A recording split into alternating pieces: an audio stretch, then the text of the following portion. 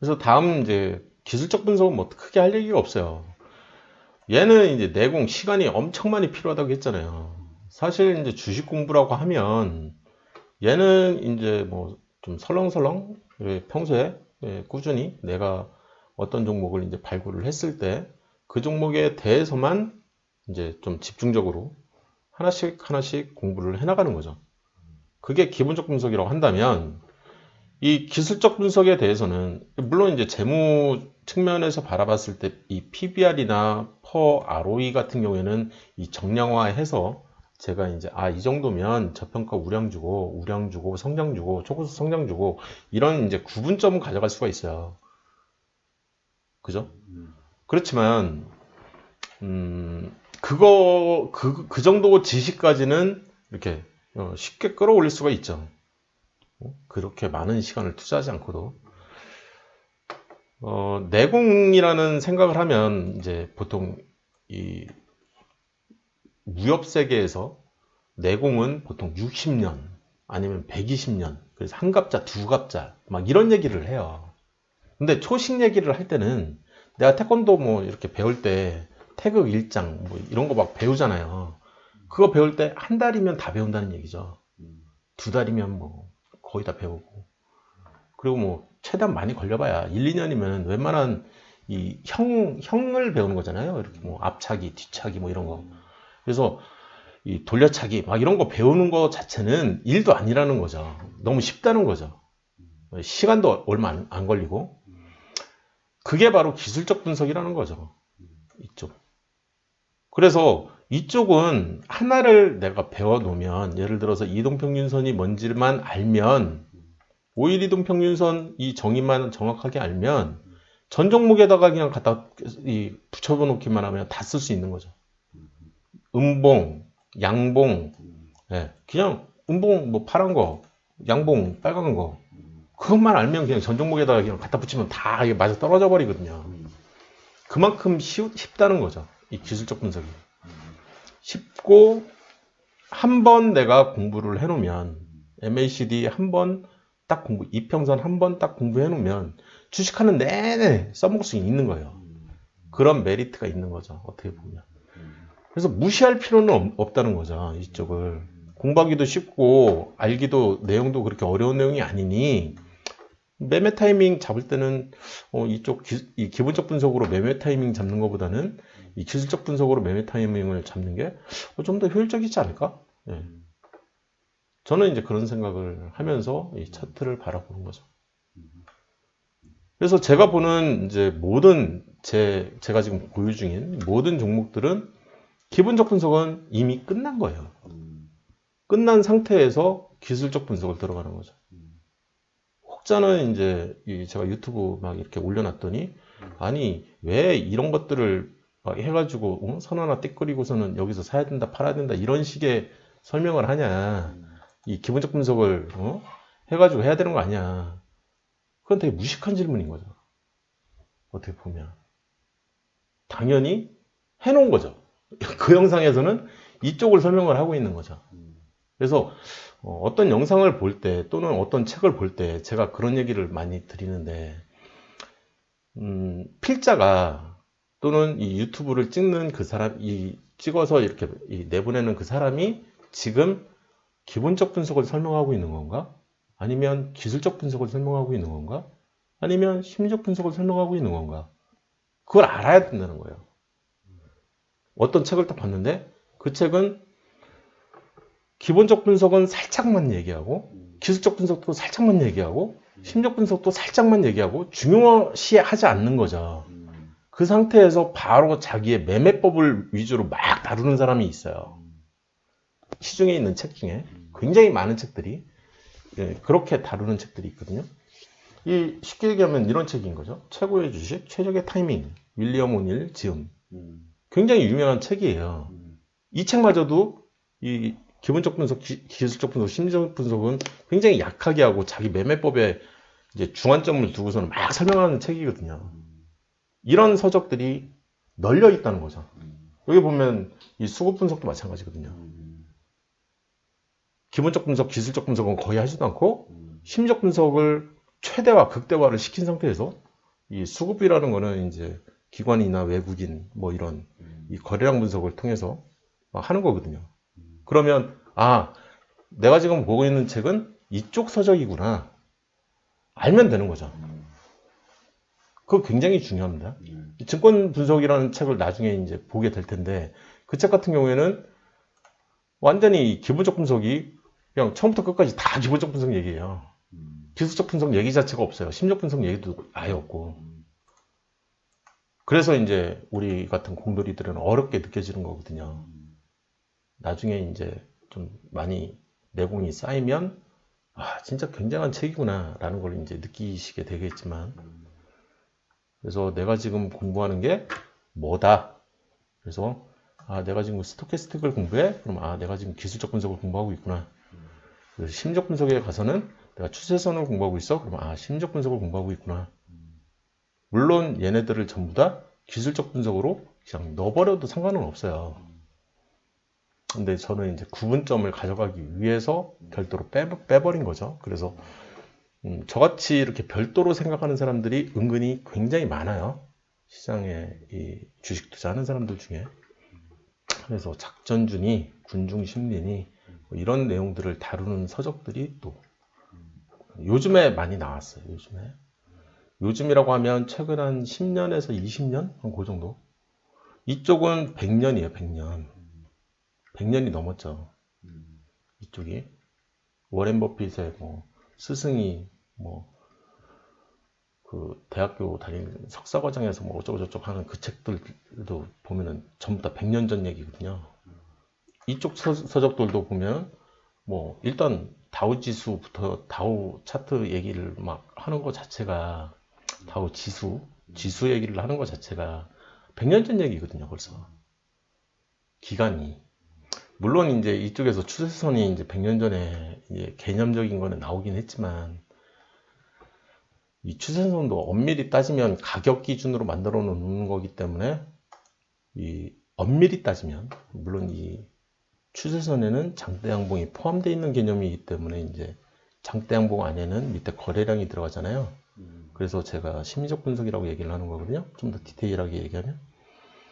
그래서 조금 약간 차이가 있긴 하지만 어쨌든 이 개념도 100년 정도 된 개념이에요. 개념은. 그렇지만 이제 이 추세선을 실질적으로 이 주식에 활용하는 거는 그닥 오래되지 않았거든요. 그런 것들을 좀 미리 알고 계시면 좋을 것 같다. 그래서 이제 이런 분석법들을 통해서 종목을 하나씩 발굴을 해내려고 하는 목적인 거죠. 그래서 그 종목을 발굴을 해서 내가 지금 살지 말지 판단 기준으로 삼으려고 하는 게 기본적 분석, 기술적 분석, 심리적 분석인 거예요. 누가? 그 얘기가 바로 수급 얘기인 거죠. 그게 바로 기관이야? 외국이냐? 개인이야? 외국인은 그러면 기본적 분석을 어떻게 할까? 기술적 분석은 어떻게 할까? 심리적 분석은 어떻게 할까? 그래서 외국인이 샀어? 팔았어? 그럼 이게 왜 중요해? 기관은 또 왜 중요해? 이런 얘기들을 이제 할 수가 있는 거죠. 지금 이제 오늘 날짜 기준의 시즌, 어제도 보여드렸지만 외국인이 오늘 날짜 기준으로 대충 한 6개월 정도 이렇게 봤을 때 이쪽에 이제 뭔가 있으니까 이 무상증자 때문에 물량이 확 늘어난 게 있으니까 이쪽은 좀 빼고 이 이후로 좀 봤어요. 한 3개월 정도만. 그 상태에서 기관을 보려고 하는 거죠. 그랬더니 추세가 사는 추세처럼 느껴지는 거죠. 그죠? 저점끼리 연결하면 된다고 했잖아요. 이게 투자 물량이라는 용어를 썼고요. 그죠? 이거는 단기 투자 물량인 거죠. 그렇게 받아들여도 큰 무리는 없다. 그래서 기관도 투자 물량이 이렇게 늘어나고 있는 것처럼 느껴지는 거죠. 그죠? 그거 가지고 이제 깔짝깔짝 대고 있는 거고. 뭐 크게 어려운 점 없죠. 그래서 지난 한 3개월 이상 쌍끌이가 일어난 상태에서 지난 2주 동안 여기죠. 여기서부터는 예, 쌍끌이가 확실히 이렇게 눈에 띌 정도로 일어나고 있는 거죠. 더군다나 일주일 전부터는 예, 확실히 이제 눈에 띄죠. 그러면 이 종목 괜찮지 않을까? 얘네들 이제 시작인 것 같은데 매집도 이제 어느 정도 한 상태에서 주가를 끌어올리려고 하는 거 아니야? 쉽게 얘기하면 이런 포인트일 수도 있다는 거죠. 그건 모르는 거죠. 이때도 지금처럼 이제 막 사람들이 막 죽어나가는 거잖아요.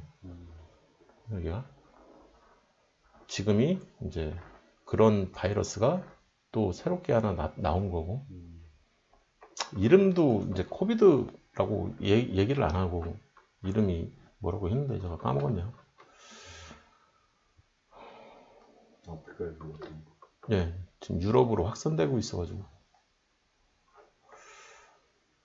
자, 여기까지가 수급 얘기를 했던 거죠. 기관과 외국인 그리고 이제 개인도 물론 이제 있긴 하지만 이런 것들을 분석을 하려고 하는 거죠. 그래서 거꾸로 가요. 개인하고. 원래 그래요. 누군가 팔아야 이제 누군가는 사는 거잖아요. 그래서 개인을 따라가면 돈을 못 번다는 거죠. 외국인 따라가는 게 낫다. 기관보다는. 기관도 같이 사주면 땡큐고 그러면 급등을 하는 거죠. 기관이 같이 사면. 그래서 기관 외국인 쌍끌이 가능하면 뭐 한 최소 한 달 이상 그런 종목을 나도 사는 게 좋을 것 같다. 그런 얘기들이 숨겨져 있는 거죠. 지금 이 안에. 그죠? 그래서 이것저것 막 체크를 하면서 이제 이 시가총액이 크면 클수록 이 기관들을 외국인 중에 기관 투자자인 거죠. 외국인도 이제 기관하고 개인으로 나뉘니까. 그래서 기관들이 순매수를 하고 있는 종목이 뭔지.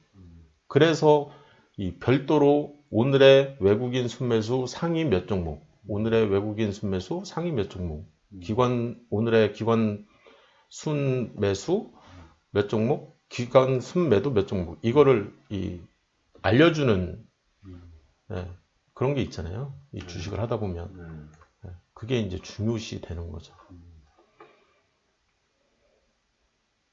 이 매도한 거 사면 안 된다는 거죠. 순매수한 거 양쪽이. 그래서 가능하면 쌍끌이 하는 거. 그 종목이 향후에 더 오를 가능성이 높다는 거죠. 돈 많은 사람들. 그래서 외국인 투자자도 아까 말씀드렸듯이 기관과 외국인 있다. 이 정도만 얘기하고요. 그래서 외국인 이제 기관 얘기를 할 때 이 기관은 여러 개가 있다.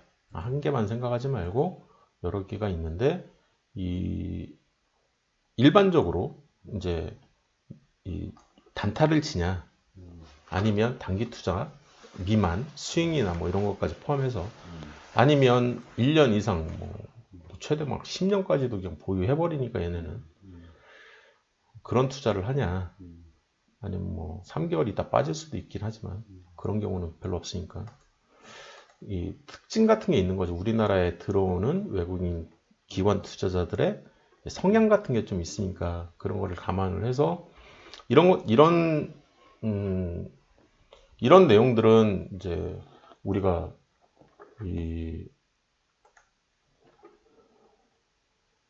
뭐라고 부르지 저게 거래원이라는 용어를 쓰잖아요.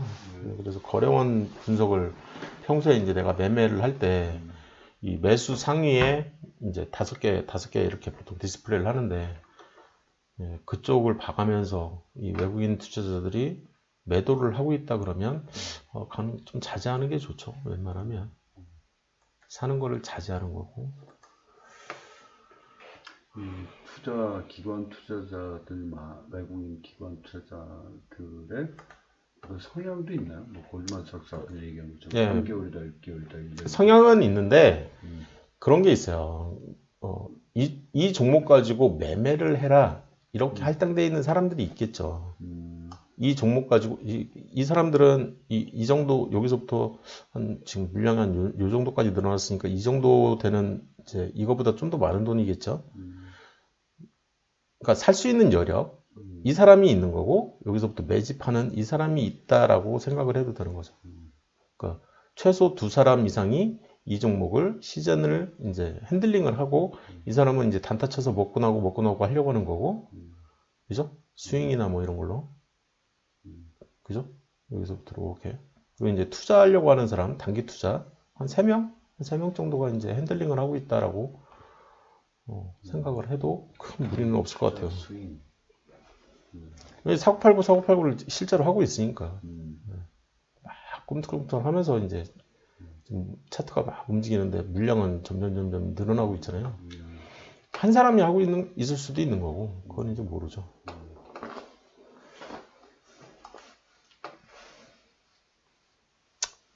그거를 뽑아내는 방법론을 막 설명하고 막 이런 서적들도 있는데, 저는 그렇게까지는 안 보기 때문에. 기관 투자자도 이제 이 연기금이 있고, 제일 중요하죠, 연기금이 사실. 연기금들의 이제 투자 방식 자체를 보면 삼성전자에서 제일 많이, 제가 삼성전자 예제를 보여드렸잖아요. 그죠? 그래서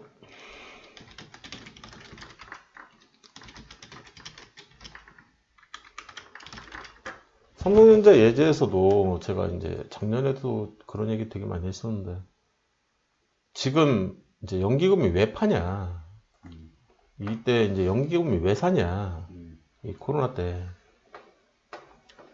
이 가격이 6만 원에서 지금 4만 원까지도 이제 하락을 한 거잖아요. 그러면은 연기금이 예를 들어서 얘를 코스피 200이라고 제가 이제 코스피 200 뽑아갖고 오라고 숙제를 내드렸잖아요. 그러면 코스피 200에 투자되어 있는 이제 금액이 예를 들어서 뭐 1000억을 투자를 해야 돼. 무조건 할당이 돼 있는 거예요. 근데 가치가 하락을 해버리면, 이렇게 가치가 막 이렇게 하락을 해버리면 더 사서 들고 있어야 되는 거죠. 그 중에 삼성전자는 얼마치를 항상 유지를 해. 근데 가격이 올랐어. 그러면은 가격이 오르고 있네? 그러면 덜어내야 되잖아요. 그 물량을. 그러니까 이 원화로 이제 얘네들은 이 할당량이 이렇게 딱 있다는 거죠. 그래서 그 할당량을 채우려고 하는 거죠. 계속.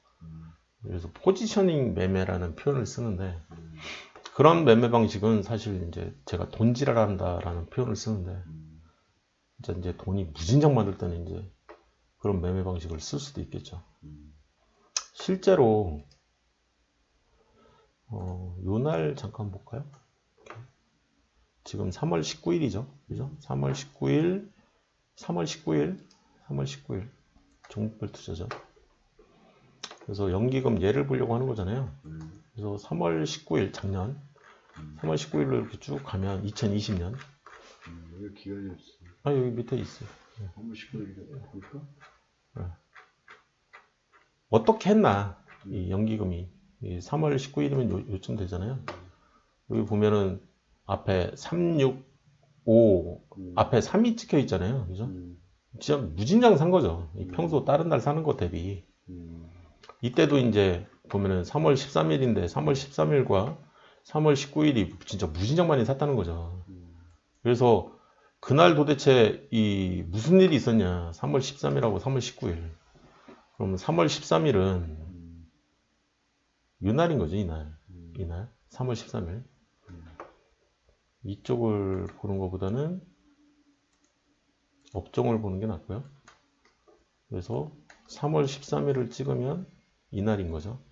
이날 이 오른쪽을 보시면 오른쪽 1800이 깨졌죠. 깨진 첫날이죠. 주가 방어 차원이기도 하지만 거의 전 종목을 다 사는 거거든요. 코스피 200에 해당되는 애들은 얘네들이 여력이 있는 한 최대한 많이 사는 그날이 코스피 1800이 깨지면 얘네들이 이제 엄청 많이 사버려가지고 그게 그 이후에 1800이 깨진 이후에 지금 이 라인은 1500이 깨진 라인이거든요. 이 1500이 깨지면 그죠? 19일.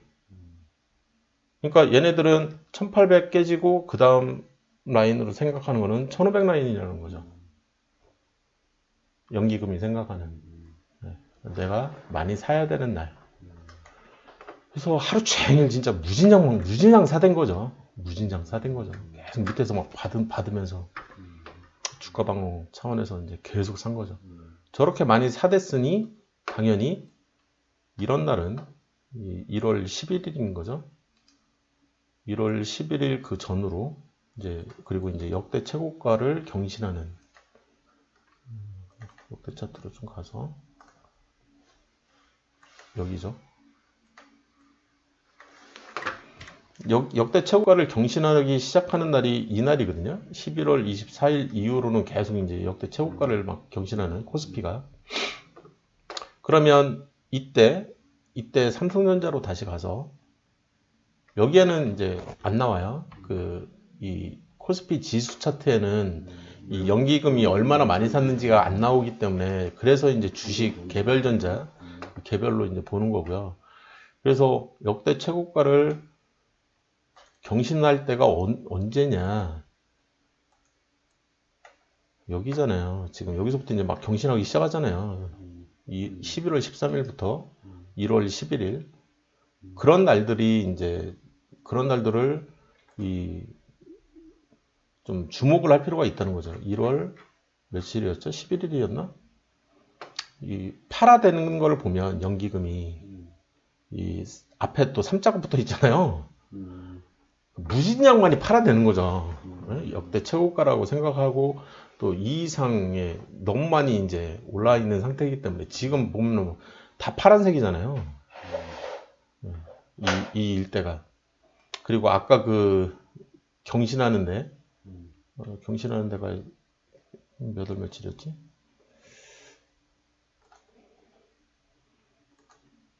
이날 11월 13일 11월 13일 13일이면 요 날이잖아요. 요 날만 연기금이 사서 돌파를 시켜놓은 거죠. 그리고 나서 그 이후로 보세요. 계속 팔잖아요. 여기서부터는 계속 팔아야 되는 거죠. 이렇게. 일부러 돌파를 시켜놓고. 그래서 이런 이제 어떻게 보면 이제 연기금의 트릭이라고 생각을 하는데, 이런 거에 이제 속을 필요는 없는데, 이게 개인들이 이제 여기서 막 해가지고 이제 막, 나도 벌었어 막 해가지고 물리는 거잖아요. 조심해야 되는 구간인데도 불구하고 막 따라잡으려고 하니까, 이런 위험성이 있다. 그래서 이 연기금 얘기는 사실 좀 많은 얘기들이 이 안에 또 포함이 되어 있는 연기금만 그런 게 아니라 이제 이런 투자 신탁이라든지 금투나 이런 애들도 이제 이 증권사가 이제 금투인데 조금 설명이 약간 이상하게 됐네요. 어찌됐든 여기서부터 여기까지만 적어놓으면 되는데 보험, 투신, 기타 금융 이렇게 적어놓으면 되는데 투자금액이 연기금이 제일 커요? 돈이 제일 많죠. 연기금이 돈이 제일 많죠. 네. 이 사람들 중에.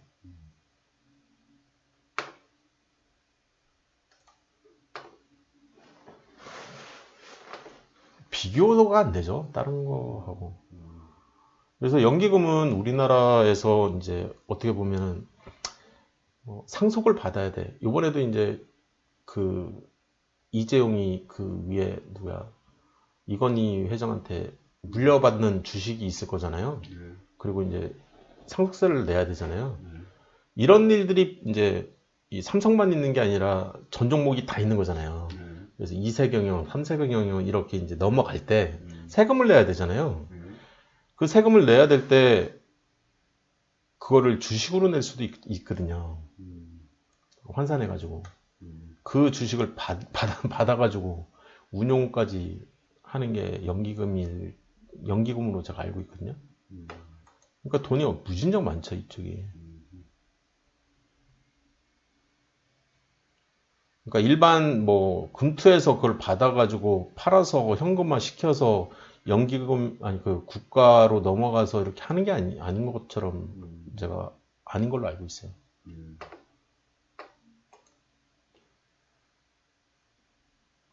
방송을 보시는 분들 중에 이 내용 관련해서 좀 정확한 그러니까 상속 관련해서 정확하게 알고 계신 분이 있으면은 댓글 남겨주시면 좋을 것 같아요. 어차피 영상 찍어서 올리는 거니까. 그래서 이제 기관 투자자를 좀 더 디테일하게 보는데 그 중에서도 기타 법인 안에 있는 이 장난치는 세력들 그거를 따로 빼가지고 2천억 미만의 소형주들에 한해서 이제 장난을 어떤 식으로 치는지 그게 작전주 2인 거죠. 그거는 이제 스텝 3로 다 뺀 거고요. 그 설명을 하면서 이 다른 애들은 안 그럴 것 같냐. 예. 예를 들어서 금투 이 안에 있는 이제 주식 이 증권회사들 걔네들이 이제 보고서를 발행을 하잖아요. 엄청 좋게 발행을 해요. 근데 주가는 떨어진다는 거죠. 그리고 거래원 딱 봤더니 뭐 예를 들어서 삼성증권에서 리포트를 냈어. 근데 매도 물량은 삼성증권에서 제일 많이 나와. 그런 현상들을 굉장히 많이 저는 이제 봤거든요. 그래서 이제 이 뭐 다 장난질 치는구나. 그러니까 전 종목 다 그렇구나. 예. 이해는 이제 요렇게 하더라도 그래서 제가 삼성전자는 뭐 장난질 못 칠 것 같아요. 제가 그런 얘기를 한 적도 있잖아요.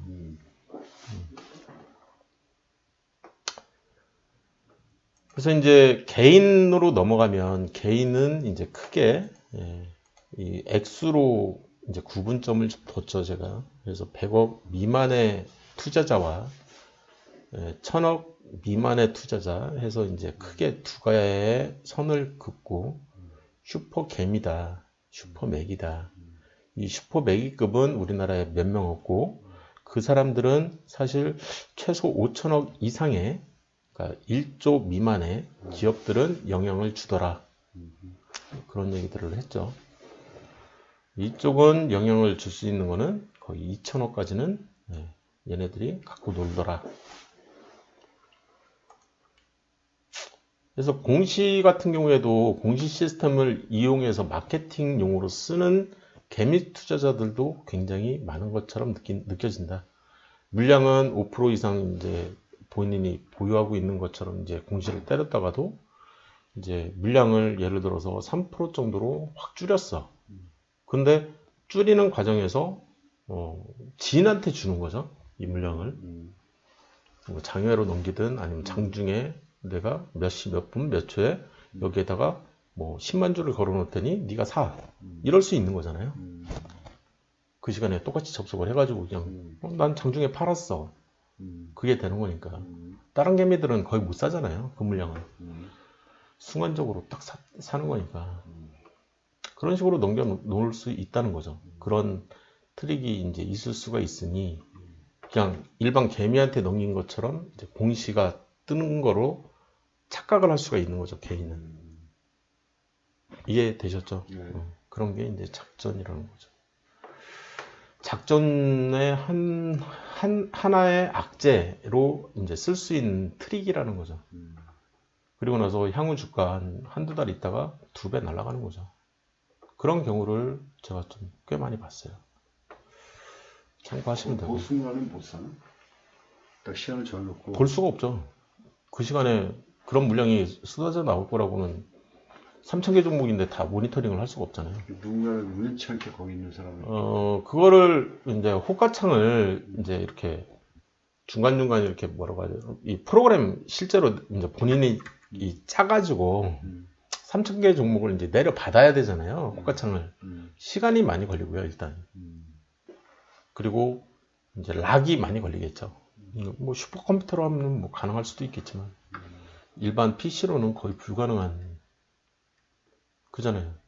지금 예를 들어서 이게 초 단위로 그냥 1분도 안 돼서 체결이 될 수도 있는 거잖아요. 물론 이제 그거는 이 매매가 일어났기 때문에 이 거래량으로 다 이제 표시는 되겠지만 물론 이제 거래량을 보면은 알 수도 있겠죠. 근데 거래량이 좀 이상하겠죠. 거래는 터졌는데 이제 그리고 사실 그렇게 걸리게 하지도 않아요. 그거는 하수들이나 그렇게 걸리게 하는 거지. 보통 공시라는 게 일정 기간 동안 내가 판 거를 팔았다라고 공시를 하는 거기 때문에 그 기간 동안 나눠서 하면 되잖아요. N방 해가지고 넘겨주면 되는 거니까. 여기까지 일단 하고요. 잠깐 쉬었다가 네. 나머지 진행하시죠.